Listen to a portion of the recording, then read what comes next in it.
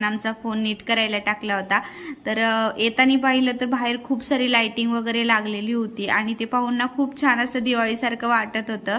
आणि इतर रस्त्याच्या कडाला ना सगळीकडे अशा पंत्या लागलेल्या होत्या। मी त्यांना विचारलं हे काय, तर ते बोलले आज आमचा म्हणजे ईश्वर येणारे असं काहीतरी बोलले। म्हणजे त्यांचं पण काहीतरी सणच असन केरळमध्ये। तर खूप छान वाटलं तसं बघून, कारण दिवाळीला तर इथं कोणी सेलिब्रेशन नाही केलं। त्यानंतर दुसऱ्या दिवशी सकाळी सगळं काम वगैरे आवरल्याच्या नंतर इथं स्वयंपाक बनवायला घेतला।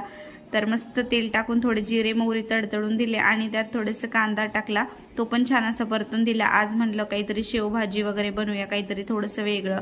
दररोज डाळ खिचडी पराठे धपाटे खाऊन आम्हाला कंटाळा आलाय आता। म्हणलं आज असे भाजी भाकर प्रॉपर जेवण बनवते। त्यामुळे मग मी इथं अशी शेवभाजी बनायला घेतली। तर आता दिवाळीला शेव वगैरे केलेली होती, तर म्हटलं काहीतरी असं वेगळं चमचमीत बनवते। तर मग शेवभाजी बनवायला घेतली। तर कांदा आणि टोमॅटो छानपैकी मऊ पडल्याच्या नंतर त्यात थोडी लाल तिखट, गरम मसाला आणि हळद टाकून घेते आणि चवीनुसार मीठ पण टाकणार आहोत आणि छान असं मिक्स करून घेते। तर अगदी साधी आणि सिंपल रेसिपी आहे, पण भाजी खूप छान लागत होती खायला।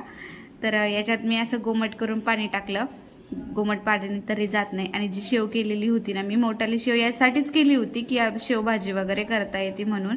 एक दोन असं वेडे काढले होते शेवाची। इथं भाकर पण आता रेडी झाली आहे। तर मस्त असा वास येत होता भाजीचा। तर छान झाली होती, एकदम सिंपल मध्येच बनवली होती, जास्त पण काय म्हणजे थोडक्यात थोडं।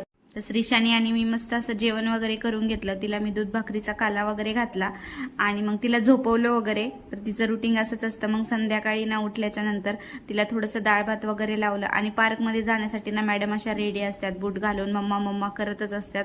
कारण एकदा म्हणजे कुठं जायचं म्हणलं ना तर रेडीच असतात मॅडम अशा।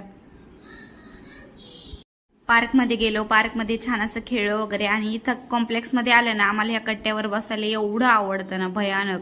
म्हणजे गेल्या पहिली सायकल लावायची आणि इथं येऊन बसायचं। त्यानंतर मग मी थोडंसं किराणा वगैरे जे सामान घ्यायचं होतं थोडंसं ते घेतलं आणि मग श्री टू तोपर्यंत चांगली खेळत होती। तर असा होता आजचा आमचा दिवस।